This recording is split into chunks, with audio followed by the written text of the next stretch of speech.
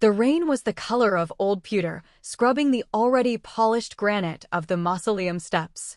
It was a November day built specifically for the closing of accounts, a fitting theater for the end of Richard Vance. He lay in a casket that cost more than most people's homes, draped in the dark, heavy silence of our private estate chapel. Around me, the assembled titans of industry, the political vultures, and the sycophants who had fed off the edges of the Vance empire for decades, dabbed their eyes with handkerchiefs that had never known Raol detergent. I did not weep. Grief, for me, was a quiet algebra, not a public display of hysterics. Richard and I had shared 78 years of life, 56 of them married. We had built this dynasty on strategy, not sentiment. Sentiment was a flaw, a vulnerability that Richard had spent his life meticulously eradicating from his operational methods. I had learned the lesson well. I sat in the front pew, rigid beneath a veil that offered little solace, but immense protection. I was the widow, the matriarch, the last standing pillar of Vance Holdings. I was expected to look appropriately desolate. I believe I succeeded. My spine remained perfectly straight, a private salute to the man who demanded perfection until his last breath. My gaze was drawn repeatedly to the two empty chairs beside me. They were velvet, expensive, and profoundly vacant. Amelia and Thomas. My only child, Amelia Vance Sterling, and her husband, the ambitious Senator Thomas Sterling. They were the designated heirs, the recipients of the $5 billion legacy Richard and I had painstakingly accrued. Yet, on the day Richard was lowered into the earth, the physical manifestation of the power that funded their entire political existence, they were absent. Not ill. Not delayed by inclement weather. They were in Washington, D.C., I knew. Thomas was hosting a crucial, highly publicized political fundraiser and gala dinner. A necessary event, Amelia had explained to me over a rushed, distracted phone call the night before, filled with nervous laughter about optics and obligations to the party. Obligations to the party. Not obligations to her father, who was even then being prepared for his final sleep. Not obligations to the name that allowed Thomas Sterling to climb the greasy pole of American power. My hands, gloved in black kid leather, rested lightly in my lap. I felt the familiar coldness settle in my chest, the sensation I had learned to associate not with sadness, but with clarity. This coldness was the signal that all emotional calculations were complete. It was time for the strategic response. The minister concluded his saccharine eulogy. The organ music swelled, a piece Richard detested, but which I had selected precisely for its dreary theatricality. The mourners filed past, offering hushed platitudes. I acknowledged them with a minimal tilt of my chin, never engaging their eyes. Their pity tasted stale. As the last of the lesser partners shuffled out, I signaled the family lawyer, Carter Hayes. Carter was 65, a man whose face was etched with the compromises he had made in service to the Vance name. He was reliable, discreet, and possessed the cynical loyalty of a true survivor.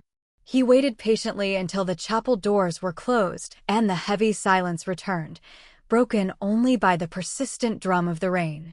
"Eleanor," Carter said, his voice low, respectful. "It was a beautiful service." "It was adequate," I corrected him. "Did you confirm their travel schedule, Carter?" He didn't need to ask whose schedule I meant. Carter was never vague.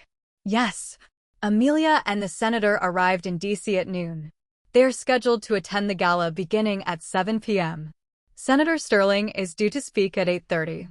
8:30, I repeated, tasting the time, the deliberate choice. The funeral service had concluded at 3 o'clock. Amelia could have been back in New York by 6 had she truly tried. But they hadn't even bothered to charter the private jet until the next morning.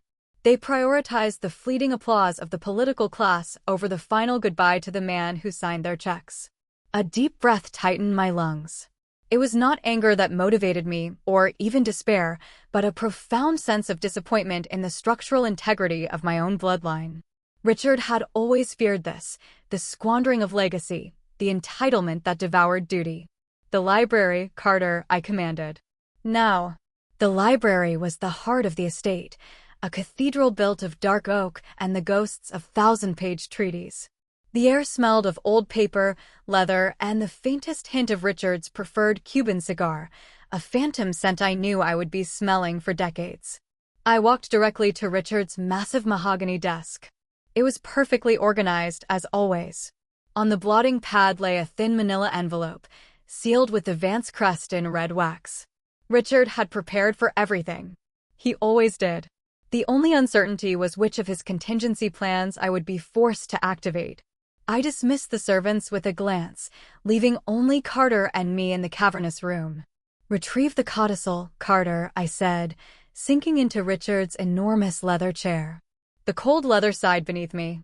I felt small, but my will was enormous. Carter hesitated for the first time that day. He already knew which document I meant. Richard had made sure both of us knew its location and its terrible purpose. "Eleanor, are you certain?" "This is." He gestured vaguely at the room, the estate, the empire. "Final."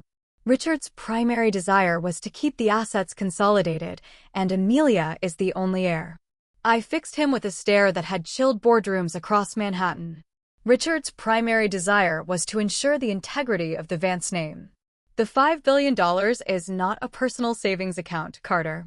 It is the fuel for a machine that employs thousands and influences the course of American finance. It cannot be placed in the hands of a frivolous society wife and her grasping, politically toxic husband. My voice was quiet, almost a whisper, yet it filled the room. On the day of her husband's funeral, I continued, my internal monologue becoming my spoken law. My daughter chose her husband's party.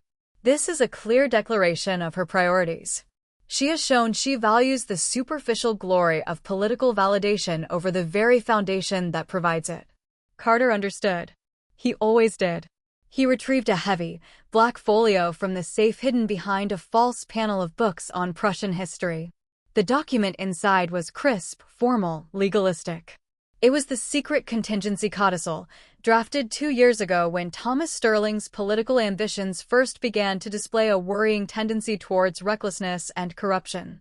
It stated, simply and brutally, should the primary beneficiary demonstrate an explicit disregard for the duties and solemnity associated with the Vance legacy, control of the majority share, 90%, of the Vance family trust, the core $5 billion would be immediately diverted into the newly established Vance Legacy Foundation, managed solely by the surviving spouse, Eleanor Vance. I took the fountain pen, Richard's preferred Mont Blanc, and uncapped it. The metal felt cool and familiar. "Read the operative clause one more time, Carter." Carter cleared his throat, his gaze fixed on the paper. "The surviving trustee shall declare in writing that the stated condition has been demonstrably violated, thereby activating the foundation trust and removing the primary beneficiary's controlling interest, reducing her share to an annual stipend commensurate with living expenses, but guaranteeing no access to corporate governance or capital disbursement. In other words, no more playgrounds for Senator Sterling." I didn't hesitate. I placed the tip of the pen precisely on the signature line, feeling the tiny resistance of the expensive paper. In one quiet step, I canceled her $5 billion inheritance. The signature was strong, unflinching. Eleanor Vance. The small, sharp click of the pen replacing its cap was the only sound in the library. It sounded like the severing of a tie, the closing of a vault door, the final, cold conclusion of a great debt. "Send the notice to Amelia's legal team first, Carter," I said, rising from the chair. I felt no triumph, only the exhaustion of fulfilling a necessary, painful duty. "Then, alert the trust board. Tell them the captain has changed. Tell them I am now navigating." I walked towards the door, then stopped. My eyes fell on the manila envelope Richard had left sealed on the desk. "Wait," I murmured. I turned back, tore the seal with my thumbnail, and extracted the single piece of card stock inside. It was Richard's elegant, if somewhat shaky, handwriting. And 2 words. "Seek Lisbon." My heart, which had been perfectly regulated throughout the funeral and the signing of the codicil, performed a tiny, startled flutter. Richard never left cryptic notes unless the stakes were mortal. The inheritance was gone, diverted. The fight with Amelia and Thomas was only just beginning. But Richard had clearly left me an entirely different game to play. And the name of that game was Lisbon. The leather of Richard's chair felt cold beneath me, a monumental, intimidating throne now ceded to a widow. I ran a gloved finger over the two embossed words on the cardstock. Seek Lisbon. It was a city, yes. Lisbon. But knowing Richard, it was a code name, a dead drop, or perhaps a long-forgotten contact. Richard was a man who believed that the best security was obscurity and that every single asset, human or financial, should have a backup plan, hidden behind a firewall of plausible deniability. He had often said, with his sharp, analytical eyes fixed on me across the dinner table, "A legacy, Eleanor, is not a gift. It is a game of calculated risk and relentless defense. The moment you treat it as a right, you lose it." He had foreseen Amelia's failure. He had foreseen Thomas Sterling's ambition. And he had, quite clearly, planned for my necessary brutality. I placed the card in my small, black alligator handbag. "Thank you, Carter. You may process the paperwork now. I trust your discretion." "Of course, Eleanor. But you must understand what you have unleashed. Senator Sterling will not accept a quiet battle in probate court. This is his lifeblood. He will fight you publicly, ruthlessly. He will try to invalidate your actions based on competency." I smiled, a thin, brittle expression that rarely reached my eyes. Let him. I spent 50 years managing Richard. Senator Sterling is merely a footnote in a political history I helped finance. His rage is predictable. My response will not be. Carter bowed stiffly and left to begin the inevitable legal carnage. I was finally alone in the silence. The house was enormous, a mausoleum of wealth, its emptiness amplifying the absence of the one person who had understood the mechanics of my mind. Richard was manipulative, occasionally cruel, and ceaselessly demanding, but he was my intellectual equal. Now, there was only the cold knowledge that the burden was mine alone. I walked through the corridors of the estate. The vast, echoing halls of marble and oil paintings felt less like a home and more like a fortress preparing for siege. This was not just about $5 billion. That amount, staggering as it was simply the symbol of the Vance name. What Thomas Sterling truly wanted was the influence, the network, the ability to leverage that capital into absolute political dominance. He needed the Vance machine to secure his path to the White House. And my daughter, blinded by his charm and the reflected glow of political stardom, had become his willing accomplice.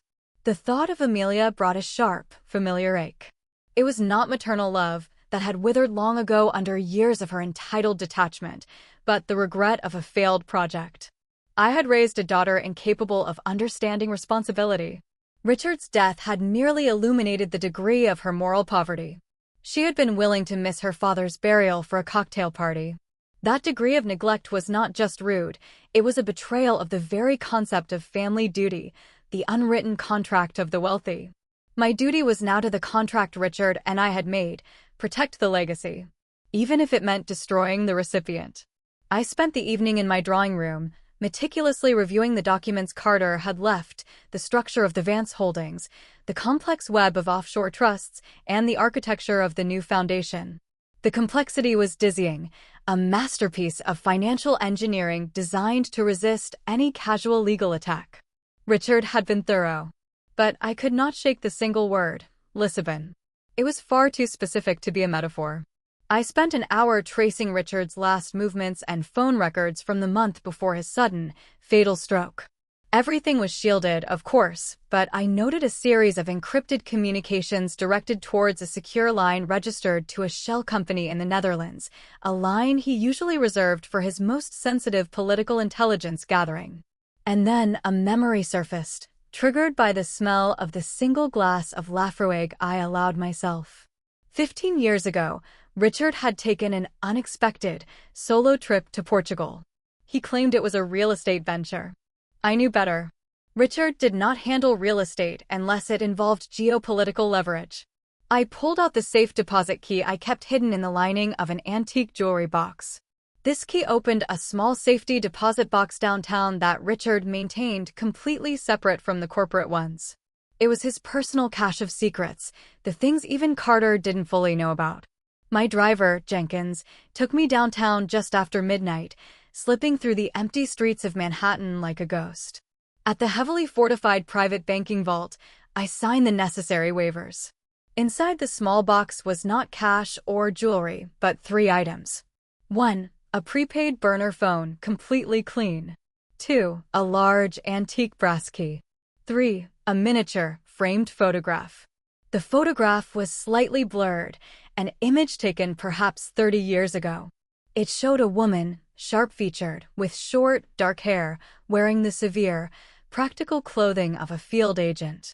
She was standing next to Richard, both smiling in a way that suggested shared danger, not shared romance. On the back of the frame, in Richard's hand, were written only 2 words: "Ask Kara." Kara. Not a place. A person.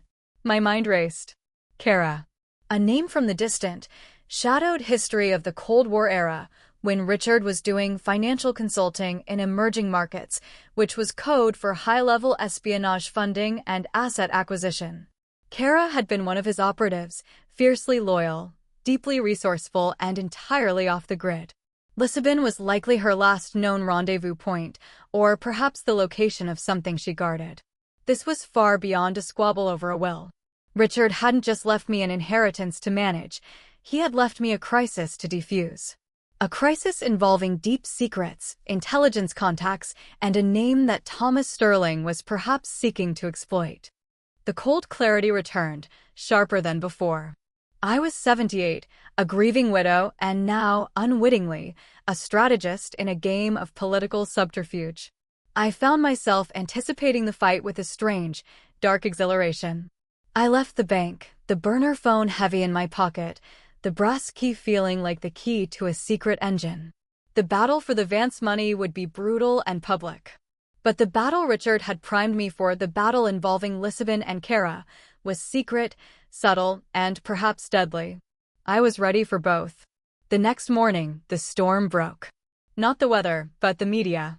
I was sipping my Earl Grey, reading the Wall Street Journal in my breakfast nook, when the headline on the New York Post flashed across the screen of the House tablet, screaming with vulgar glee.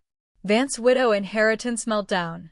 Daughter robbed of billions after funeral snub. Senator Sterling vows legal war. It was swift, coordinated, and vicious. The article was filled with carefully curated leaks from sources close to the senator, suggesting I was grieving hysterically, that my judgment was impaired, and that the codicil was signed under duress, possibly even forgery. The doorbell rang precisely at 8 a.m. It was Amelia. She wasn't carrying flowers or offering condolences. She was carrying a lawyer, a suit of shark-skin gray, who looked hungry and highly paid. The war had officially begun, and the empty chair was about to speak its piece. The lawyer who stood beside Amelia in my foyer was named Sheldon Graves. He specialized in high-stakes probate litigation and had the slick, predatory air of a man who measured his life's success in destroyed families. Amelia looked ravaged, but not by grief. Her designer suit was immaculate, but her face was pale beneath too much makeup, her eyes glittering with a frantic energy. She hadn't slept, probably kept awake by Thomas's blistering disappointment. "Mother," Amelia began, her voice trembling slightly, aiming for the register of injured innocence. I cut her off with a gesture so small and precise it carried the weight of a firing squad order. "We will speak in the drawing room, Amelia. And Mr. Graves, you will wait outside with my staff. This is a private family conversation, not a deposition. Unless, of course, you are here to serve papers, in which case you will direct them to Mr. Hayes." Graves bristled, but Amelia, after a momentary struggle, nodded curtly to her lawyer. She had enough of the Vance blood in her to understand the immediate tactical advantage of accepting the terrain of the battle. Graves withdrew, visibly sulking. I led Amelia to the drawing room, where the morning sun struggled to pierce the gray November haze. I sat on my customary chaise lounge, forcing Amelia to take a smaller, less comfortable chair opposite me. The distance was measured and deliberate. "Before you launch into the theatrics, Amelia," I said, picking up the Post from the side table, "let me say that your husband's speed in alerting the tabloids is quite remarkable. It speaks volumes about his character and yours. Amelia's facade cracked immediately. He did what he had to do. You left us no choice, Mother. You've gone completely mad. $5 billion in a foundation? You signed away my life, Mother, my father's express wishes. Your father's express wishes, I repeated, folding the newspaper with a crisp, decisive snap, were that the legacy should endure. Your father was explicit that control should never fall to hands motivated solely by political greed. She stood up, pacing the oriental rug. Greed? We need that money, Mother. Thomas is running for Senate Majority Whip. The campaign budget alone is astronomical. And the foundation? It's locked up, useless. You've left me a pathetic allowance. The allowance, Amelia, is generous. It is exactly what you require to maintain your current lifestyle, without the responsibility of management. You are financially secure, but politically neutered. That was Richard's intention, and now it is mine. I leaned forward, dropping all pretense of gentility. The gloves were off, the old strategist emerging from beneath the widow's weeds. You missed your father's funeral, Amelia. Not because you were on a diplomatic mission in wartime, but because you deemed Thomas's cocktail party more important. You showed the entire world, and critically, the board, that you're incapable of prioritizing the weight of the Vance name. You are a society ornament, not a steward. The word steward hit her harder than greedy or selfish. She hated the implied judgment of her utility. I was grieving, she shrieked, the sound sharp and ugly. I needed Thomas's support. He told me, he said father would understand that the optics were critical for the upcoming policy push. He said that I was senile? That I was too consumed by grief to notice your absence? Thomas knows nothing of grief, Amelia. He knows only leverage. I delivered the final blow, watching her face carefully. I signed the codicil, Amelia. On Monday afternoon, shortly after I saw your vacant seat in the chapel. The entire $5 billion controlling interest has been irrevocably transferred to the foundation, which I now govern. You have exactly 10% of the minor investments. The rest is beyond your reach and, more importantly, beyond Thomas Sterling's reach. The immediate effect was physical. Amelia stumbled back a half step, the blood draining from her face, leaving her eyes like polished stones. No, she whispered, shaking her head in denial. No, you can't. Carter would never allow it. Father would never allow it. Your father wrote the codicil, Amelia. He prepared for the very possibility of your negligence. And Carter executed my instructions. Your husband's grand political maneuver is now based on pocket change, not the Vance vault. He no longer owns a dynasty, Amelia. He owns a very expensive, very tarnished wife. Her denial turned into a primal scream of rage and fear. It wasn't the loss of luxury that fueled her, but the sudden, terrifying realization that she was no longer powerful. Her value to Thomas was now exponentially reduced. You hate me, she spat, tears finally flowing, destroying her perfect makeup. You always did. You're doing this to punish me, to control me, even now. You are a monster, Mother, a cold, bitter. I am merely executing Richard's final wish, which was the preservation of his life's work, I interrupted, standing up.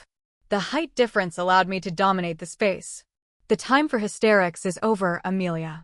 Tell your husband that if he proceeds with his libelous campaign about my mental health, I will expose every shady political donation he has ever accepted, starting with the Russian aluminum magnate he met in Belgrade last year. I had the look of a woman who possessed such information, thanks to decades beside Richard. I didn't need to specify if this was a bluff. Get out, Amelia. And tell Mr. Graves that the war will not be fought in the press. It will be fought in the discovery phase, where the truth always costs more than the lie. Amelia ran. She didn't look back, abandoning dignity and the fight in equal measure. She was terrified of Thomas's retribution, but equally terrified of my competence. I watched her go, the silence in the room returning like a heavy blanket. The cost of that confrontation was high. The final, fragile thread between mother and daughter was severed. But the cost of inaction would have been the destruction of the Vance name. Thomas Sterling arrived 2 hours later. He did not knock. He entered with his Secret Service detail and the confident stride of a man who expects immediate deference. He didn't yell, unlike Amelia. Thomas was far more dangerous. He was ice, wrapped around a core of white-hot entitlement. He found me in the library, back in Richard's chair, examining a heavy volume on Renaissance financing.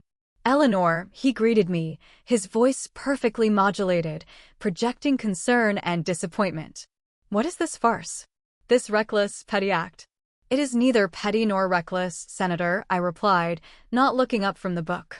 "It is the sound management of $5 billion that your campaign budget has clearly mistaken for a slush fund." He pulled a chair up to the desk, invading my space. The expensive cologne he wore was cloying. "Richard and I had an understanding. We were partners in political vision. That capital was critical for the next decade of American stability, Eleanor. You have jeopardized everything. You are jeopardizing everything, Thomas. Richard may have found your political vision momentarily useful, but he never intended for you to have carte blanche. You use people, Thomas. You use money. And you used my daughter." He gave a condescending sigh. "Amelia is overwrought. You have confused her absence from the funeral, an unavoidable professional duty, with betrayal. You are grieving, Eleanor. And frankly, this codicil will be easily challenged. We can prove undue influence, possibly fraud. I suggest you restore the inheritance, and we avoid the embarrassment of a public competence hearing." He leaned in, his smile vanishing. This was the threat. The public dismantling of my sanity. "I will not be embarrassed, Senator," I said, finally meeting his gaze. My eyes were clear, dry, and relentless. "I have spent my life navigating embarrassing secrets. Do you truly wish to open Richard Vance's financial records in open court? Do you want the public and the Federal Election Commission to see the source of every donation, every favor, every shell company used to move dark money into your PACs?" Thomas's composure flickered for the first time. He knew Richard's books were clean on the surface, but the underlying mechanisms were dirty enough to bury several careers. "The codicil is legitimate. And if you proceed with the competency challenge, Thomas, you will discover that I have already filed a preemptive complaint with the Department of Justice regarding certain irregularities in your Senate campaign funding, which just so happened to be related to a specific offshore investment vehicle I recently liquidated." A pure, unadulterated bluff. I had no such complaint filed, but Thomas didn't know that. He only knew Richard's wife had just casually mentioned offshore investment vehicle and Department of Justice in the same sentence. He stood up, his ice finally beginning to melt into cold fury. "You cannot possibly run the holdings, Eleanor. You are an old woman playing chess with a lion. You don't understand the true nature of the assets." "Perhaps not all of them," I conceded smoothly. "But I am learning quickly. For instance, I am very curious about the concept of a Project Orion. Do you know anything about that, Senator?" The effect was instantaneous and profound. Thomas Sterling froze mid-stride, his face morphing from rage to stark, chilling fear. He hadn't just been surprised. He looked physically stricken, as if I had plucked a hidden, poisonous splinter from his heart. He recovered almost instantly, forcing a laugh. "I have no idea what you are talking about, Eleanor. That sounds like one of Richard's fanciful naming conventions." "Perhaps," I said, returning to my book. "But I have the distinct feeling that Project Orion is far more valuable to you than $5 billion. Thomas said nothing more. He simply turned, his previous confidence shattered, and walked out of the library, leaving the lingering scent of desperation in his wake. The fight for the money was secondary. Richard's message, Seek Lisbon, and my discovery of Project Orion had changed the stakes entirely. I picked up the burner phone from my handbag. Time to call Kara. Time to find Lisbon. Thomas Sterling's reaction to Project Orion was the clearest confirmation I needed. The $5 billion was merely collateral damage. The true prize, the source of Thomas's chilling fear, was information. I watched Thomas's motorcade pull away from the estate gates on the closed-circuit monitors. The arrogance had been replaced by a raw, calculating desperation. He would now escalate his legal attacks, knowing he had to crush me before I discovered what Orion truly was. I retreated to the smaller, rarely used music room on the second floor. It was far from the main house lines and mercifully free of the smart home surveillance systems Richard had reluctantly installed. I powered on the burner phone. It glowed with a dull, anonymous light. The screen displayed one single contact, Phaeton. Phaeton. The Greek myth of the reckless son who flew too close to the sun. Richard always had a dark sense of humor about his most dangerous contacts. I dialed. The phone rang precisely 3 times before the connection stabilized. There was no greeting, just the faint, clinical sound of white noise, the sign of high-level encryption software running in the background. A voice answered. It was synthesized, mechanical, and feminine. State your identity and purpose. The voice was not Kara's. This was a proxy, a necessary layer of protection. I kept my voice low, steady, allowing the years of society dinners and polite banter to fall away, replaced by the precise cadence of a command. This is Vulture 1. I have encountered unexpected turbulence. I need to activate a specific asset. Vulture 1 identification requires secondary clearance, the voice insisted. Richard's contingency was clear. I needed to use the specific code he had left me, the date of his first successful market manipulation in the 1970s, which he always referred to as our first big escape. The date of the Lisbon Protocol, I stated. A pause. Longer this time, heavy with verification. Protocol accepted, Vulture 1. Which asset do you require? Kara. I was instructed to seek Lisbon. The voice immediately lost its synthetic edge. It became human, crisp, professional, and familiar. Eleanor. The tone was one of immediate recognition, laced with urgency. It's Lyra. Kara's contact. We weren't expecting activation this quickly. Richard is gone. Richard prepared me for this, Lyra, I confirmed. He left a single, coded instruction. Seek Lisbon. I also came across a file name, Project Orion. Thomas Sterling is actively trying to regain control of the majority trust share, specifically to gain access to whatever Orion represents. Lyra's sharp intake of breath was the most revealing sound I had heard all day. Orion, she repeated, the word a curse. That complicates things, Eleanor. Terribly. Richard should have destroyed that file years ago. He did not. And I suspect he used the inheritance structure to protect it from Thomas, knowing Thomas would use Amelia to get it. What is it, Lyra? I cannot discuss Orion over an unsecured line, even this one. It involves several national security interests and high-level corruption that goes far beyond financial fraud. If Thomas Sterling gets Orion, he won't just win the Senate. He'll rewrite the government. I felt a cold thrill of danger. My $5 billion skirmish had escalated into a fight for the Republic. Richard, even in death, was managing the chaos. Where is Kara? I asked. She is in the field. But she has been watching.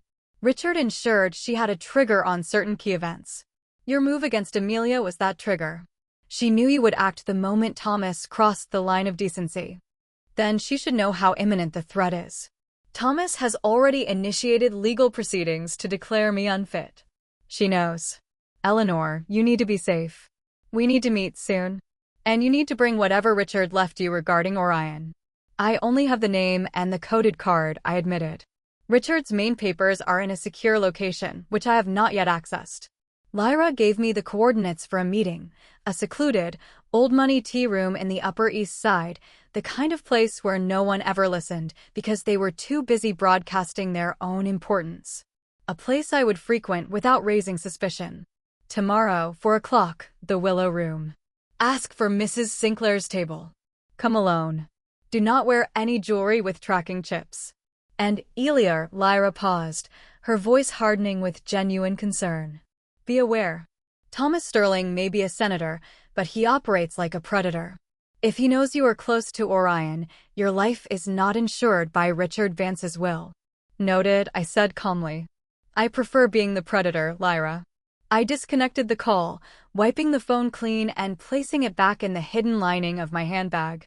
The music room, usually filled with soft light and the echoes of my old piano lessons, felt suddenly charged with espionage. I was no longer merely a grieving widow fighting a civil lawsuit. I was back in the shadows, navigating Richard's complicated, lethal world. The battle with Thomas progressed exactly as Carter had predicted, savagely and publicly. The following morning, a restraining order was filed, attempting to freeze the entire Vance holdings pending a psychiatric evaluation of the surviving trustee, me. The language was deliberately inflammatory, painting me as a fragile, emotional woman who had suffered a psychotic break after the loss of her beloved husband. Carter and his team were engaged in the exhausting process of filing countermotions, but the damage was being done in the court of public opinion. Amelia called later that afternoon. She was hysterical, trapped between her husband's monstrous demands and her own terrifying realization of the stakes. "Mother, please. Thomas is furious. He said if you don't reverse this by the end of the week, he's calling for a full medical review. They will drag you into a hospital, Mother. They'll say you're senile. They'll destroy your reputation." "My reputation, Amelia, is based on a lifetime of calculated strength. His is based on the next news cycle," I said, my voice maintaining its even, low pitch. "Why are you truly calling, Amelia? Is Thomas listening?" A sniffle. "He's nearby. He's obsessed. He's looking for something in Father's old corporate files. Something called the key to the vault. He's tearing the entire financial district apart. The key to the vault." I looked down at my handbag, where the heavy, antique brass key from the safe deposit box rested. Richard never used metaphorical titles for physical objects. "Amelia," I said, softening my voice slightly, using the tone I used when she was a child and truly frightened. "You must get away from him. This is going to become dangerous. I am protecting you, even if you don't see it yet." "Protecting me? You destroyed my marriage. Your marriage was a transaction, Amelia, and the value proposition has changed. Do not call me again. Do not mention Project Orion to anyone, especially not Thomas. If he asks about the key, tell him it was a sentimental object I destroyed years ago." I hung up, cutting off her sobs. It hurt, deeply, to abandon her to her fear, but she was a security risk. Her fear was Thomas's greatest tool. At 3:45 p.m., I left the estate, ostensibly for an appointment with my stylist. Jenkins drove the long, black Mercedes sedan. I was dressed flawlessly, a slate gray Chanel suit, pearls, and the composure of a woman who had never known anything but command. As we neared the Upper East Side, I instructed Jenkins to stop 3 blocks from the Willow Room. "I will walk the rest of the way, Jenkins. I need air." "But madam, the senator's people will be watching the car, Jenkins. They won't be watching an elderly woman taking a constitutional." I stepped out onto the sidewalk. The late afternoon light was weak. The air was crisp, carrying the distant sound of city traffic, muffled by wealth and density. I walked slowly, deliberately, using shop windows as mirrors to ensure I wasn't followed on foot. Nothing. Thomas was relying on technology and overt intimidation, not subtle tradecraft. The Willow Room was exactly as I remembered it, gilded, hushed, and smelling faintly of expensive Earl Grey and old money. I approached the maitre d', a man whose face registered not my fame, but my perceived social standing. "I believe I am expected at Mrs. Sinclair's table." Madam Vance. "Right this way." The table was in a quiet corner, shielded slightly by a tall, elegant potted palm. Seated there was Kara. She looked much older than the photograph, but infinitely sharper. Her dark hair was now shot through with white, pulled back severely. She wore an expensive, but utterly forgettable, tan trench coat and had the stillness of a poised weapon. Her eyes, cold, intelligent blue, met mine.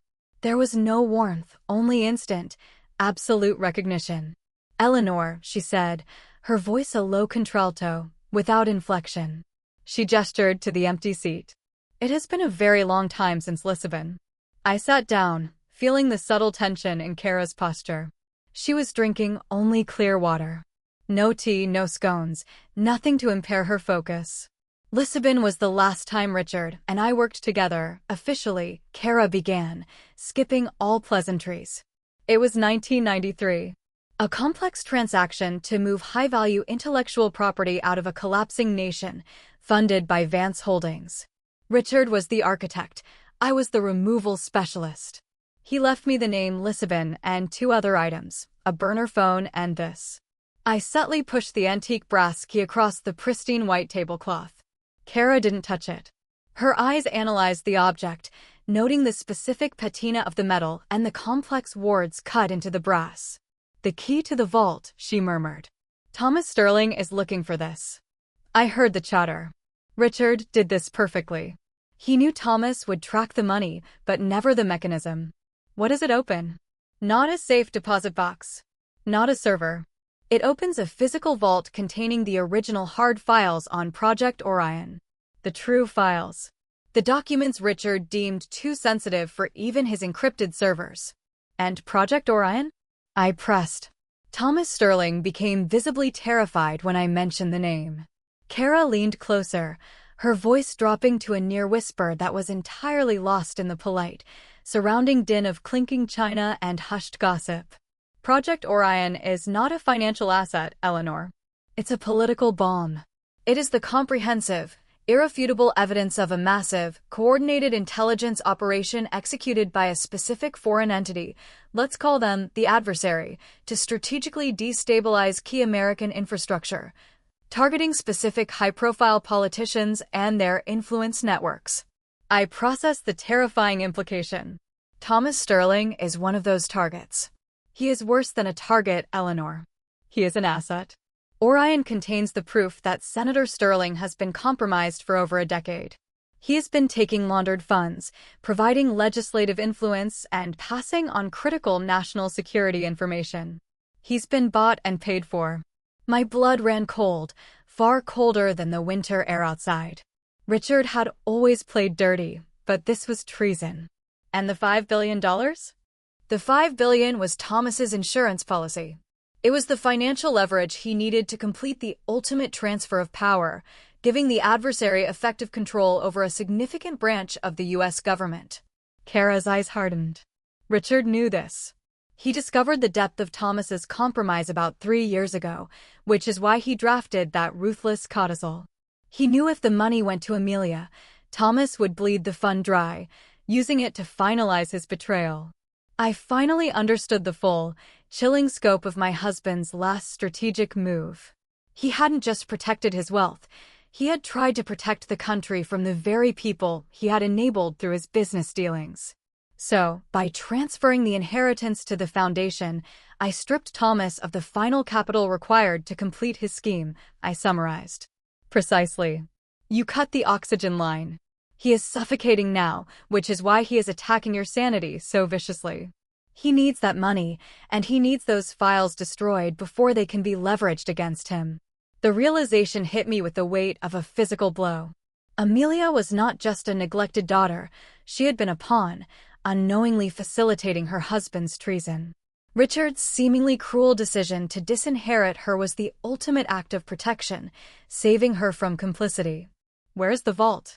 I asked, gripping the brass key in my pocket. "Underneath the New York Public Library's main branch. Not the actual book vault, but a sublevel used decades ago for storing obsolete microfiche and archives." Richard maintained a lease on a storage cage there, disguised as a historical society holding. It was brilliant. A heavily guarded public place, invisible in plain sight, requiring a specialized key. "Richard's last instruction was to seek you," I said, looking at Kara. "Why?" He knew I could handle the lawyers, but not the deep state. "What does he want me to do with Orion?" Kara met my gaze. "He wants you to survive, Eleanor. And then he wants you to use it." Richard was many things, but a traitor he was not. He was horrified by the extent of Thomas's compliance. Orion is the deterrent. If Richard had simply destroyed it, Thomas would have won. By leaving it for you to find, he ensured you had the ultimate leverage. Leverage against a sitting senator with powerful foreign backers. I am an old woman, Kara. You are Eleanor Vance. Richard taught you how to move assets, how to destroy reputations, and how to command loyalty. Thomas is a paper tiger next to the force you and Richard represented. But you must hurry. Thomas is closing in. Kara slid a small, silver item across the table, a panic button disguised as an antique brooch. This connects directly to my secured network. Press it once, and I will know you are in distress. Press it twice, and I will assume you are in mortal danger and will initiate emergency extraction protocols. Do not hesitate to use it. We stood to leave. The air between us was electric with shared purpose. The key must be used tonight, Eleanor. Before Thomas gets a court order to seize all Vance-related assets. If those documents are digitized and placed in the right hands, say, a specific, trustworthy agent at the Department of Justice, Thomas Sterling is finished. I understand the mission, I said, placing the brass key and the panic button safely in my bag. But first, I need to know one thing. Why did Richard use the name Lisbon? A faint, almost wistful look crossed Kara's face. It's where he and I successfully neutralized a similar threat 30 years ago. It was his code for cleaning up a deep mess, quickly and discreetly. It was a promise to me that he would always keep a contingency for the worst-case scenario. I left the Willow Room alone, the afternoon turning into the brutal, dark chill of twilight. The brass key felt like a monumental weight in my hand. I was going to the New York Public Library not to read history, but to make it. I returned to the estate just before 6 o'clock, using the cover of dusk. I dismissed Jenkins for the evening, telling him I needed quiet time. The house felt menacingly silent. Thomas's legal threats had successfully driven out all the staff except for Mrs. Gable, the ancient housekeeper, who was fiercely loyal and slightly deaf. I went straight to my bedroom and changed out of my Chanel suit, opting instead for dark, practical clothing, a black cashmere turtleneck, dark slacks, and low, sensible shoes. I was preparing not for a battle of words, but for an infiltration. As I was securing the panic button brooch onto my lapel, my private line rang. I hesitated, then answered. It was Amelia. Her voice was thin, desperate, barely above a whisper. Mother, where were you? Thomas is back. He's drinking. He knows something.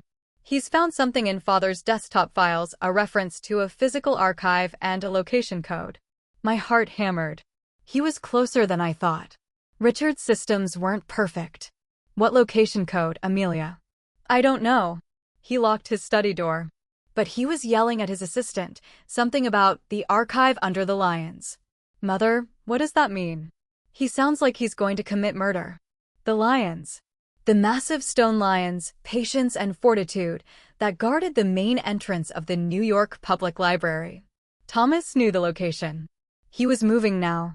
Amelia, listen to me, I said, keeping my voice steady despite the adrenaline rush.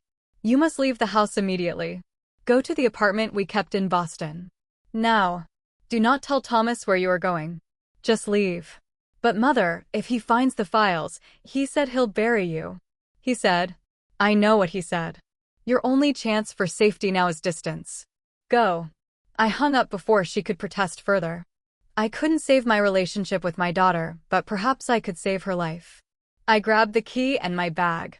The clock on the mantel struck 7 p.m.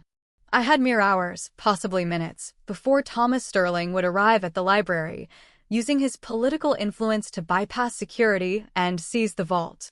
I was 78 years old, and I was heading out into the New York night to break into a secure archive, armed with nothing but a brass key and a terrifying secret. Richard Vance had finally forced me into the field, and I had no intention of letting him down. The adrenaline was a clean, sharp infusion into my 78-year-old bloodstream. It didn't make me younger, but it made me entirely present. The usual aches of age were relegated to the background static. The front of my mind was clear, focused on geometry and time. I chose not to take a car. A late-model Mercedes would be a beacon. I hailed a nondescript yellow cab several blocks away, giving the driver a commercial address 2 blocks from the library. The anonymity was priceless. The cab ride was a blur of neon and rain-slicked asphalt. I used the time to mentally run through the plan. 1. Access. Gain entry to the library's employee entrance. 2. Locate. Find the antiquated archives in the sublevel. 3. Retrieve. Use the key to open the vault and extract the files. 4. Escape. Transfer the files to a safe intermediary, Kara. The real variable was Thomas. Would he arrive with a fraudulent warrant, or would he use brute force and his Secret Service detail? Given the high stakes of Project Orion, I suspected the latter. At 7:45 p.m., I stood across the street from the colossal, imposing facade of the New York Public Library on Fifth Avenue. The building was a monument to knowledge and secrecy. Above the steps, the two stone lions, patience and fortitude, looked impassively over the city. I knew the layout well. Richard had been a major donor, and we often attended exclusive events in the rare manuscript rooms. I knew where the guards changed shifts, and more importantly, I knew the location of the small, unmarked side door used by maintenance staff and late-night researchers. I crossed the street, walking with the slightly stiff, determined gait of a woman on a sensible mission. The side door was locked, secured by a modern keycard system. The antique key was clearly not for this. I paused, leaning against the cold stone, pretending to examine my watch. Where was the entry point Richard had planned for? Then I remembered a conversation from years ago, Richard boasting about his financial contribution to the library's air filtration and climate control systems. The loading dock around the corner. That area was managed by a much older, less secure system. I walked quickly now, my heart beating a faster, more urgent rhythm. The loading dock was dark, smelling of exhaust fumes and wet cardboard. A single, aging security camera was mounted high above the service entrance. I remembered Richard saying, "The most secure systems, Eleanor, are the ones everyone forgets to maintain." I located the heavy steel door. No keycard reader. Just an old, industrial keypad. I reached into my bag and pulled out a simple, flat tool, a specialized pocket knife Richard had once given me as a joke, claiming every good strategist needed one. I carefully examined the keypad. The plastic on the numbers 1, 3, 7, and 9 was worn smooth with heavy use. The numbers 2, 4, 6, 8 were pristine. The code was likely 4 digits, based on common patterns. Richard's old office safe code was 1937. I tried the code. The keypad beeped angrily, displaying a red error message. I tried again. 1739. Richard's birth year reversed. Red error. I stood back, taking a breath. Think like Richard. Not a personal code. A public, yet obscure, code related to the library. The dedication date. I had to gamble. 1911, the year the library was dedicated. I pressed 1-9-1-1. A soft, mechanical clunk. The heavy steel door unlocked with a low hiss. I slipped inside, closing the door silently behind me. The air was stale, echoing with the mechanical hum of ventilation systems. I was in the belly of the beast. The sublevel archives were a labyrinth of concrete corridors and hissing pipes. I moved slowly, guided by memory and the floor plan Richard had once shown me during a philanthropic tour. The main hallway led to the modern storage. I needed the defunct wings, the historical storage abandoned after the 1980s digitization project. I found the sign, barely legible, Microfiche Archive, access restricted. The area was dim, lit only by emergency lights that cast long, grotesque shadows. I could hear voices. Distant, professional, and approaching. They were not guards. Guards usually moved with casual indifference. These voices were tight, urgent, and focused. He specifically said below the main reading room, "Secure all entrances. No local police. We're here on official national security business."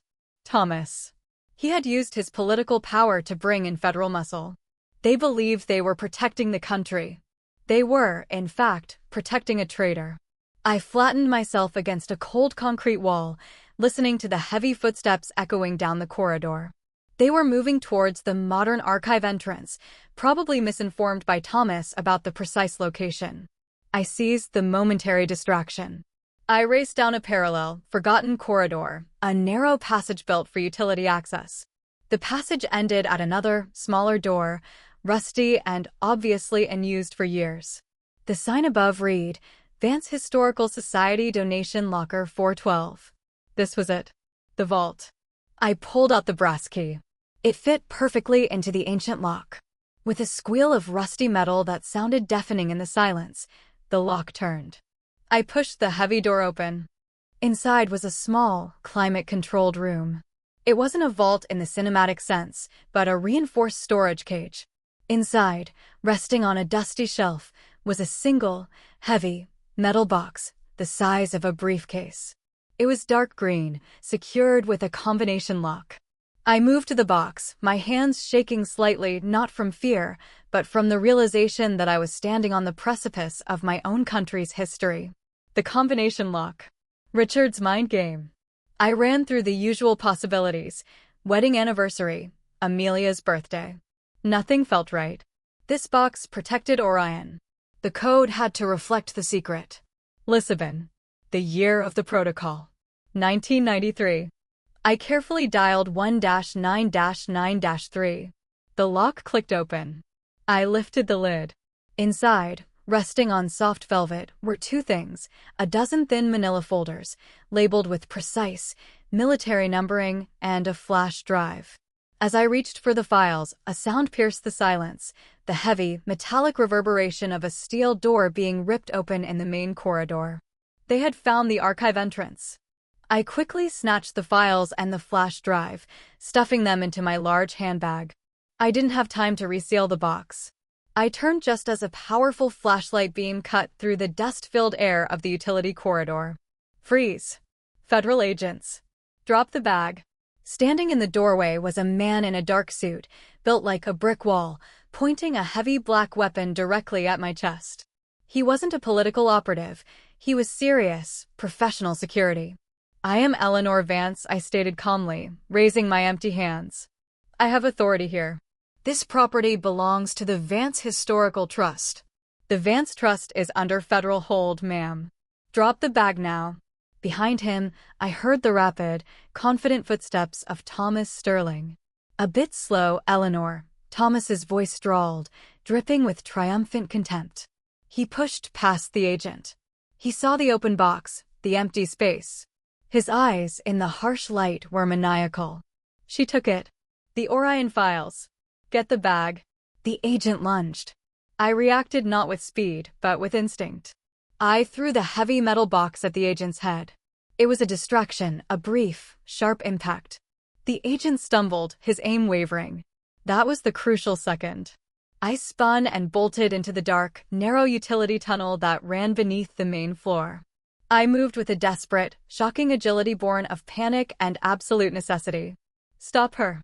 She's an old woman. She can't go far," Thomas screamed, his voice echoing with frustration. I didn't run towards the exit. I ran deeper into the structure, towards the massive, silent machinery of the library's ventilation system. The tunnels were cold, dusty, and absolutely pitch black. I reached the juncture of three large, round ventilation shafts. A terrible place to be caught. I pulled the silver brooch from my lapel, holding it tightly in my hand. I heard Thomas's heavy breathing close behind me. He was in the tunnel, abandoning his agent. He wanted the files for himself. "Eleanor, give them to me. You are making a terrible mistake. I will make sure you are locked away for the rest of your life." I pressed the panic button twice. A silent, urgent signal to Kara. I ducked behind the thick housing of a massive cooling unit. Thomas, blinded by his own flashlight beam and rage, rushed past my hiding spot, heading down the wrong tunnel. I waited until the sound of his footsteps faded. I had maybe 30 seconds. I needed an exit. I needed noise. I found the maintenance panel for the cooling unit. I didn't know how to operate it, but I didn't need to. I needed disruption. I slammed Richard's heavy brass key into the exposed wiring. A massive, sparking explosion erupted from the panel. Lights flickered and died. An emergency alarm began to wail, a deafening, insistent shriek that drowned out everything. And then the heavy, vibrating boom of the central air conditioning system seizing up. I used the confusion, the darkness, and the noise. I ran, blindly, towards the only exit I knew, back towards the loading dock entrance. I burst out into the cold night air just as city police sirens, responding to the automated alarm, began to wail in the distance. The federal agents would be tied up trying to explain the explosion. I didn't stop running until I reached the corner, melting into the passing crowd of late-night pedestrians. I was 78, terrified and carrying the secrets that could destroy a senator. I had survived the vault. Now I just needed to survive the night. I found refuge in a coffee shop across from Central Park, the kind of place that stayed open late and served 2 sweet pastries to tourists. I looked entirely out of place, a finely dressed older woman trembling slightly, clutching a handbag that contained the downfall of a U.S. senator. I sat in a shadowed corner booth, ordering only black coffee, allowing the heat of the mug to leach the adrenaline from my hands. My heart was still pounding a wild rhythm against my ribs. I had physically fought, fled, and sabotaged a heavily secured federal asset. Richard would have been proud. My mind, however, was focused on the files. I dared not examine them in the public light of the coffee shop, but the weight of the manila folders and the small flash drive was reassuringly solid. The burner phone in my pocket vibrated, a single, short burst. A message from Kara, routed through 3 separate encrypted servers. Status report. Exfil coordinates updated. I quickly typed my reply, file secured. Encountered Senator Sterling. He knows location. Heading to Safe Harbor. The reply was immediate, good. Safe Harbor is the apartment. Now. The apartment referred to a small, extremely anonymous flat Richard maintained in a pre-war building in Greenwich Village. It had no Vance association, was paid for in cash, and used a separate keying system. It was the only place Richard and I ever went when we needed true privacy. I paid for my coffee, leaving a surprisingly large tip, and hailed another cab.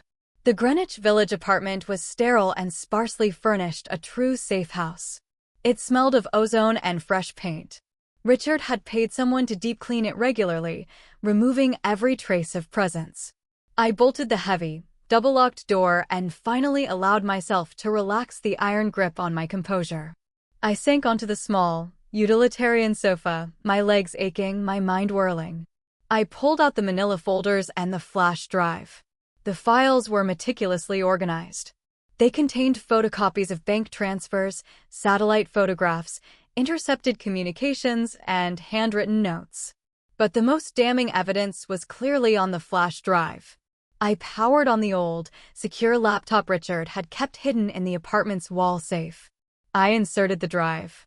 The drive immediately prompted me for a password. Richard's final challenge.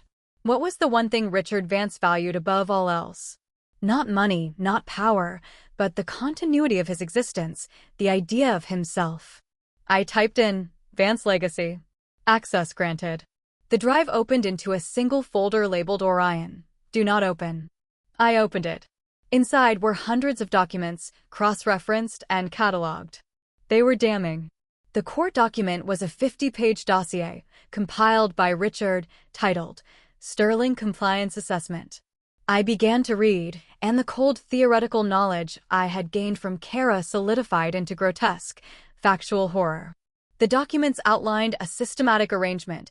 Thomas Sterling, starting over 10 years ago, had been cultivated and funded by a Russian state-affiliated intelligence network. The $5 billion, which he sought to control through Amelia, was the final required capital to fund several infrastructure acquisitions, ports, energy grids, media conglomerates, that would effectively turn over control of critical American sectors to the adversary. Thomas was not just selling secrets, he was selling the physical infrastructure of the country. One name kept appearing in the bank transfers, Viktor Volkov, a known Russian oligarch, often mentioned in whispers as a key figure in clandestine operations. Volkov was Thomas's puppet master. The files also contained proof that Thomas had orchestrated several specific legislative actions designed to weaken national security protocols, all documented with his signed, handwritten instructions. And then, there was the final, sickening detail, Amelia. A folder labeled Amelia, Mitigation. Inside, a short, typed letter from Richard to me, dated 6 months ago. Eleanor, I have delayed telling you this, but you must know before it is too late. Amelia has, unknowingly, been assisting Thomas in routing minor funds through her private accounts, small enough amounts to avoid regulatory notice, but sufficient to establish a pattern of complicity. If Orion is exposed, Thomas will sacrifice her to save himself. He will claim she was the willing, culpable partner. I must isolate her from the main assets, or they will both drown. My heart constricted. Richard had not merely disinherited Amelia, he had created a legal and financial firewall to protect her from charges of treason. He had given her an allowance to live on, ensuring she had no official control or knowledge of the truly dirty work. My decision to sign the codicil, the act Amelia perceived as the ultimate betrayal, was, in fact, her salvation. I looked at the documents. I had the complete, unassailable proof needed to destroy Thomas Sterling and his career and ensure his incarceration. But handing this over to the wrong person, a compromised contact, a politically biased agent, could see the files buried forever or worse, used as leverage against me. I needed Kara. I secured the files and the flash drive, placing them in a specialized, fireproof pouch Richard had also left in the safe. The silence of the safe house was broken by a soft, insistent scraping at the door lock. Not the blunt force of a federal raid, but the quiet, practiced skill of a professional locksmith. Thomas had found me. Or rather, his agents had tracked the source of the electrical surge at the library and correctly surmised I would head to a secondary, secured location. I didn't panic. I reached for the burner phone. Intruder. Safe house compromised. Immediate assistance required. I heard the gentle click of the first lock disengaging. I only had seconds. I ran to the back of the apartment, to the small, grimy kitchen. The window looked out onto a narrow alleyway. Too far down to jump. The door burst open. Not Thomas, but two large, brutal-looking men in cheap tracksuits, muscle, not federal agents. Volkov's people, perhaps. Thomas had abandoned the subtlety of the law for the efficiency of the underworld. One man immediately spotted me in the kitchen. There she is. Get the bag. They were fast, but I was motivated. I grabbed a heavy cast-iron skillet from the rack. As the first man crossed the threshold, I swung it, not with strength, but with perfect timing, catching him squarely on the side of the head. He grunted, stumbling back into his partner, who swore violently. I was 78, but I was Richard Vance's wife. I knew how to land a strategic blow. I didn't wait. I turned to the window and threw the heavy, fireproof pouch containing the Orion files out into the alley below. The sound of the bag hitting the dumpster lid was a loud, metallic clang. She threw it. The second man roared, recovering quickly. The bag, you idiot. Get the bag, the first man yelled, nursing his head. They charged past me and towards the window, scrambling to look down into the alley. That was the mistake. They assumed the little old lady was incapable of deception. I had thrown the pouch out, yes, but I had kept the flash drive. It was small, tucked securely into the hidden lining of my turtleneck. I waited until they were fully distracted by the alley, then I slipped out the front door, pulling it shut and locking it from the outside with my key. I didn't run. I walked quickly down the 3 flights of stairs, my hands steady now. As I reached the lobby, a familiar figure materialized from the shadows near the street entrance. It was Kara. She was wearing a different, darker coat and held a small, black umbrella despite the lack of rain. Bad tactical decision, Eleanor. You should have waited for extraction. They were too fast. I'm only a distraction. Did you get the package? The fireproof pouch is secured. The alley was dirty, but effective. Now, the rest of it. She looked at me, her eyes sweeping over the remnants of my elegant clothing, the smudge of dust on my cheek. Do you have the core asset? I nodded, tapping the fabric over my chest. The flash drive. Orion. Good. We are moving. We have very little time before Thomas realizes the pouch was a decoy. She led me out into the street. A nondescript black SUV pulled silently to the curb, its engine barely whispering. As we drove away, I looked back at the apartment. In the window, I could see the frantic silhouettes of the 2 thugs, illuminated by the flashes of their cell phones as they searched the alley. They were busy retrieving the decoy pouch full of paper, thinking they had won. Thomas Sterling had just paid 2 brutal goons to retrieve a collection of worthless photocopies. The $5 billion was secured. Project Orion was secured. But the game wasn't over. Now, we had to use the weapon Richard Vance had engineered.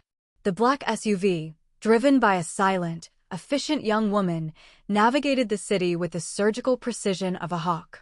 Kara sat beside me, utterly focused on her own secure communications. I sat in the back, leaning against the cold leather, finally allowing the sheer weight of exhaustion to settle upon me. "We need to digitize the drive immediately," Kara stated, not looking at me. "And then we need to select the recipient. This information cannot be leaked. It must be delivered to a person of unimpeachable integrity, high enough up the chain to act immediately, and who is not indebted to Thomas Sterling's network." "The Department of Justice?" I asked. "Too risky. The political appointments go too high. We need internal intelligence. Someone who can start the investigation from within the national security apparatus." I closed my eyes, recalling decades of forced socialization and strategic networking alongside Richard. I knew every powerful figure in DC, and more importantly, I knew their weaknesses and their loyalties. "There is one person," I murmured.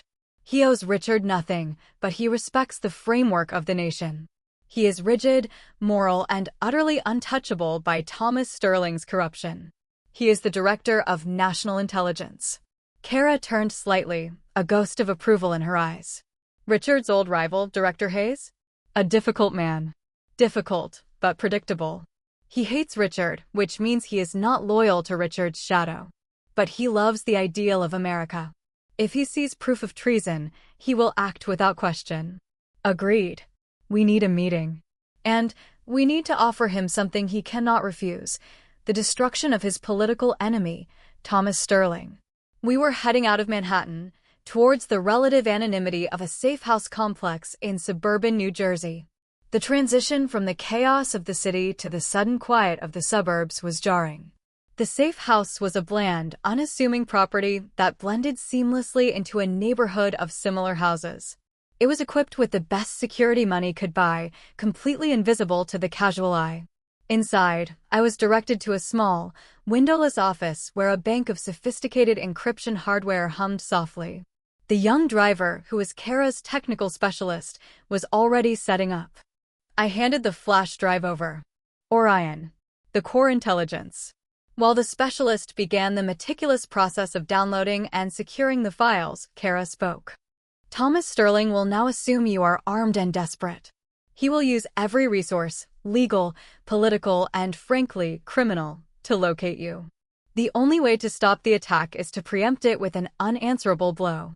"I understand. We need to prepare the evidence for Director Hayes. We need to create the narrative." I spent the next 4 hours immersed in the horrors of Project Orion. I cross-referenced bank statements with coded meeting logs and Thomas Sterling's legislative voting record. It was sickeningly detailed: every treasonous act, every payoff, every small maneuver that led to the brink of national destabilization. I noticed, too, the details Richard had included concerning Volkov, the oligarch's movements, his primary financial institutions, and his own political connections in Moscow. Richard had been preparing this file for years, knowing that Thomas was becoming too large and too dangerous to manage.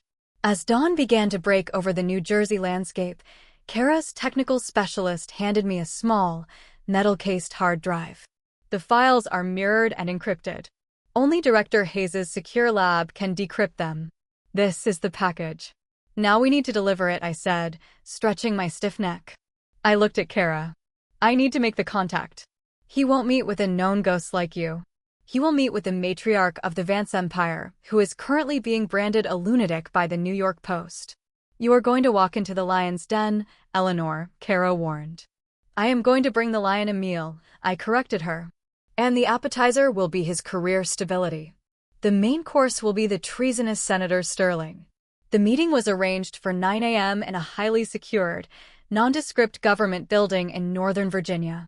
Kara worked her magic through her deep cover network, creating a believable story of a frantic matriarch demanding a meeting to clear her name regarding national security implications. I was driven down the New Jersey Turnpike in a heavily armored vehicle. I felt strangely calm. The adrenaline had worn off, replaced by the profound sense of duty Richard had always demanded. I was no longer fighting for the $5 billion. I was fighting to complete my husband's last mission. At the secure checkpoint, I was met by Director Hayes' security detail. They were severe, efficient, and humorless. They took my hard drive, scanned it, and returned it to me. They did not attempt to touch me, respecting the quiet, dangerous dignity I exuded. Director Hayes was in his early 60s, a man whose face looked carved from granite. He sat behind a large, clean desk, his demeanor radiating skepticism and impatience. "Mrs. Vance," he began, without offering a hand. "I have exactly 20 minutes before I need to brief the president on an escalating situation. I am aware of the tabloid frenzy surrounding your inheritance dispute. I failed to see how this involves national intelligence. Senator Sterling's legal efforts to declare me incompetent are not about money, Director," I stated, placing the hard drive on the polished mahogany desk. "They're about access to this. This is Project Orion. It is the proof that Senator Sterling is a compromised, high-value asset of a hostile foreign power." Hayes scoffed. "Mrs. Vance, we receive threats and accusations against high-ranking officials every day. Do you have any idea how politically explosive that accusation is? And it comes from the wife of Richard Vance, a known manipulator of global markets." "I have the proof, Director. And Richard knew you would never trust him, which is why he ensured I would deliver it. Richard created this file over 3 years, documenting every transaction, every coded meeting, every piece of treasonous legislation Thomas Sterling pushed through under the guise of economic policy." I leaned in, meeting his skeptical glare with the full force of my own resolve. "Thomas Sterling needs that $5 billion to complete the final stage of his treachery, the acquisition of the Port of New Orleans and several key energy transmission assets. I successfully removed that capital from his reach by disinheriting my daughter, thereby activating Richard's ultimate contingency plan. But my victory is temporary. Thomas will find a way to circumvent the legal block, or he will have me killed, unless you intervene immediately." I let the word killed hang in the air, heavy and factual. Hayes remained motionless, but I saw the subtle shift in his eyes, the realization that this fragile, aristocratic woman was speaking the cold, hard language of state security, not the drama of socialite gossip. "What is your evidence?" he demanded, pointing at the hard drive. "The full dossier is encrypted, but I can provide the key entry points. Look for the payments from Viktor Volkov routed through the Cayman Islands. Look for the detailed plans regarding the Port of New Orleans acquisition, which Thomas is quietly pushing through using emergency measures. The evidence is conclusive, Director. Your worst nightmare is sitting in the Senate, wearing a Patriots flag pin." Hayes picked up the drive, the gesture tentative. "And what do you want in return, Mrs. Vance?" "Justice," I said simply. "And the absolute assurance that, when Thomas Sterling's empire collapses, my daughter, Amelia, is protected from complicity. Richard set up the inheritance firewall not to punish her, but to shield her from the treason she unwittingly aided. She is naive, not malicious. I want her shielded from the political fallout." Hayes studied my face for a long moment, assessing my motives.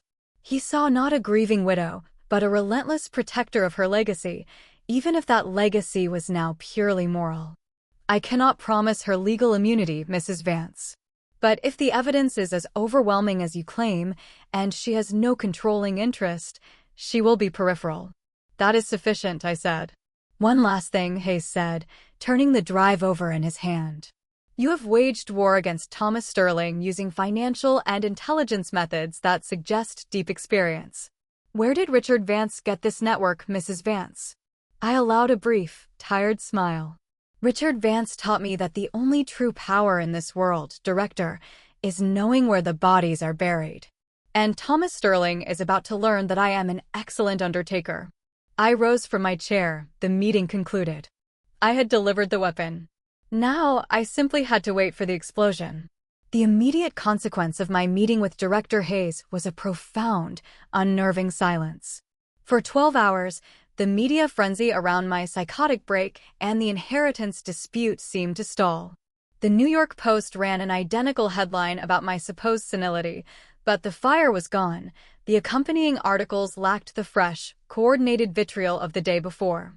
Thomas was no longer feeding the beast. He was reeling, trapped, and unaware of the full scope of the disaster I had unleashed.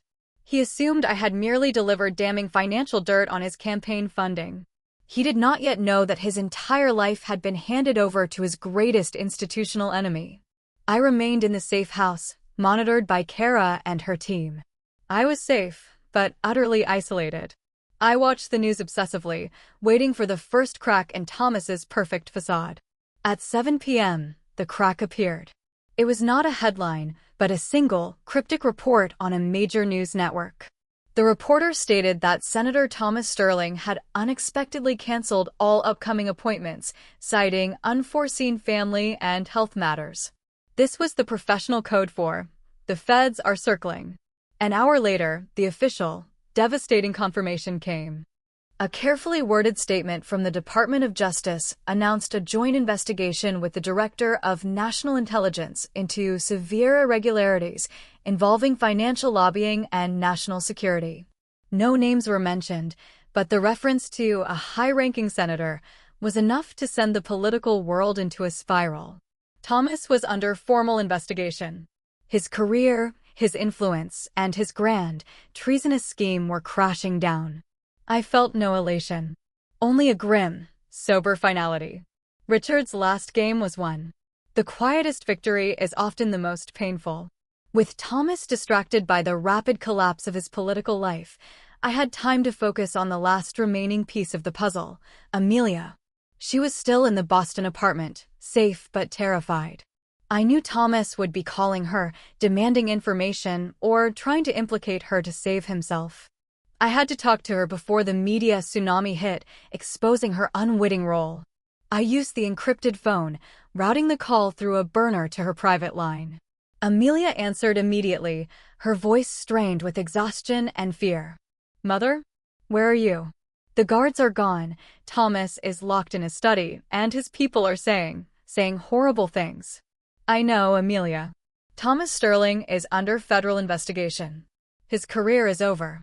A long, shocking silence followed. Then a raw, strangled sob. "Why, Mother? Why did you do this?" He said this was about the money, about control. It was about control, Amelia. Control over the integrity of this country. Thomas Sterling was selling the assets of the United States to a hostile foreign power. He is a traitor. I spoke the word plainly, without drama. It was necessary for her to understand the magnitude of what she had avoided. A traitor? No, that's impossible. He's a senator. He's patriotic. He just wanted power. He wanted power, and he wanted the $5 billion to fund the final, destructive phase of his treason. Amelia, Richard knew this was coming. The entire reason he drafted that codicil, the reason he ensured you had no access to the controlling capital, was to protect you. I took a shaky breath, preparing for the most difficult truth. Thomas set you up, Amelia. The files show he used your personal accounts, for small amounts, to create a subtle paper trail of complicity. If I had not removed the inheritance and the control from you, he would have dragged you down with him, claiming you were his willing accomplice. The silence this time was different. It wasn't denial, but the complete, horrifying comprehension of betrayal. The man she loved, the man she had sacrificed her relationship with her parents for, had planned to use her as a human shield. He didn't love me, she whispered, the realization shattering her world. He loved the Vance name, Amelia, and the money.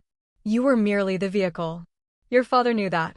He spent his final months ensuring that when Thomas fell, you would be standing on the sidelines, legally and financially clean. And you, she asked, her voice laced with the old bitterness.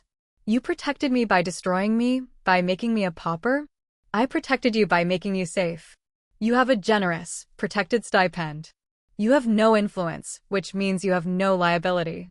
Thomas cannot touch you. The Department of Justice cannot touch you. You are free, Amelia, but the price of your freedom was your inherited power. This was the emotional core of the arc.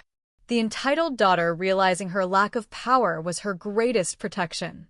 I don't know what to do now, she finally admitted, the arrogance entirely gone. You do nothing, I instructed her. You stay in Boston. You hire a discreet lawyer, a good one, and you issue a very brief statement tomorrow morning that you are shocked by the allegations and that you are filing for immediate divorce. She was quiet for a moment. Then, with a new, flinty resolve I hadn't heard since her childhood, she said, "I hate him, Mother. I truly hate him." Then use that feeling to survive this, Amelia. Richard and I gave you the strength to fight. Now use it to rebuild your life outside his shadow. I didn't offer comfort or maternal affection. I offered strategic advice and the cold, hard assurance of her safety. It was the only way I knew how to love her now. I ended the call, knowing I had given her the brutal clarity she needed to survive the coming storm. Over the next 3 days, the storm broke. Thomas Sterling was arrested on multiple charges, including espionage and conspiracy. The headlines were apocalyptic. The details leaked to the press were carefully selected by Director Hayes's office, painting a portrait of stunning betrayal. The Vance name was everywhere, but my reputation remained largely intact. I was portrayed not as a senile woman, but as the grieving widow who, in a last act of loyalty to her deceased husband and her country, foiled a catastrophic plot by removing the funding. My lawyers easily fought off Thomas's now distracted legal team. The codicil was upheld. The $5 billion remained in the Vance Legacy Foundation, secure and untouched by political contamination. I returned to the estate 2 days later. The house was calm, cleansed of the political stench. Mrs. Gable, the loyal housekeeper, wept when she saw me. "We heard such things, madam," she murmured, helping me off with my coat. "Such terrible things." "The terrible things are over, Mrs. Gable," I said. "The house is quiet now."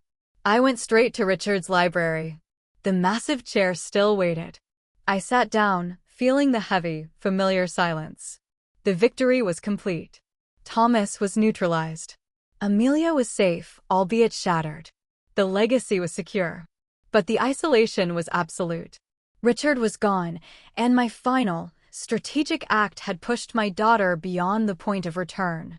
I looked at the desk, where only a week ago I had signed the codicil. The emotional price of order was loneliness. I picked up the Montblanc pen, not to sign a document, but just to hold the cool, significant weight of it. Then I heard a sound from the doorway. "Mother." I looked up. Amelia stood there. She was alone. She wasn't wearing an expensive suit. She wore simple slacks and a bulky sweater. Her eyes were red, but clear. The entitlement was gone, replaced by a devastating, raw vulnerability. She didn't rush toward me. She stood quietly, a stranger in the house where she grew up. "I filed the papers this morning," she said, her voice barely audible. "The divorce. Thomas tried to call me. He said you betrayed him, that you ruined his life over money." "I ruined his life, Amelia, because he was a traitor and a liar. And because he was going to destroy you." She walked slowly towards the desk, stopping just short of the leather chair. She looked down at the pen in my hand. "I read the statement you had Carter prepare. About the foundation and the reasons. I think I finally understand." She paused, the weight of the realization visible in her stance. "The $5 billion was never mine to spend, was it? It was always a test. And I failed. You prioritized glamour over duty, Amelia. It is a common mistake of the extremely privileged. Richard's primary duty was to the legacy, not the heir. And now, that duty falls to me." Amelia looked away, her hands clasped tightly. "He lied about everything. He was using me." She looked back at me, and there was a desperate, searching quality in her eyes. "But you told me the truth. A terrible truth, but you didn't lie to protect me. You protected me with the truth." She didn't ask for forgiveness. She didn't offer a hug. She offered a new, fragile understanding. "I don't want the money, Mother," she said, her voice stronger. "I want to be useful. I want to know what it means to run this foundation, to secure the legacy father and you built. I want to learn what you protected." I looked at my daughter. The entitled socialite was gone. In her place was a woman who had been gutted by reality, but who had chosen, at the final, pivotal moment, responsibility over comfort. She had failed the test of entitlement, but she was now asking for the chance to pass the test of stewardship. My heart, which had been a locked vault for weeks, performed a slow, hesitant turn. The foundation needs a director of charity acquisitions, Amelia, I said, setting the pen down. It's a position of immense responsibility, low visibility, and no financial gain, only endless work. It means moving out of the spotlight and into the shadows. Amelia looked at me, a tiny, genuine smile reaching her eyes. When do I start? I gestured to the chair beside me, not Richard's chair, but the smaller, supporting chair where visitors usually sat. We start now, I said. The paperwork is extensive. The silence in the library was still vast, but now it was shared. I had lost a daughter and gained a partner. The price of the legacy was high, but perhaps, finally, the Vance name would endure.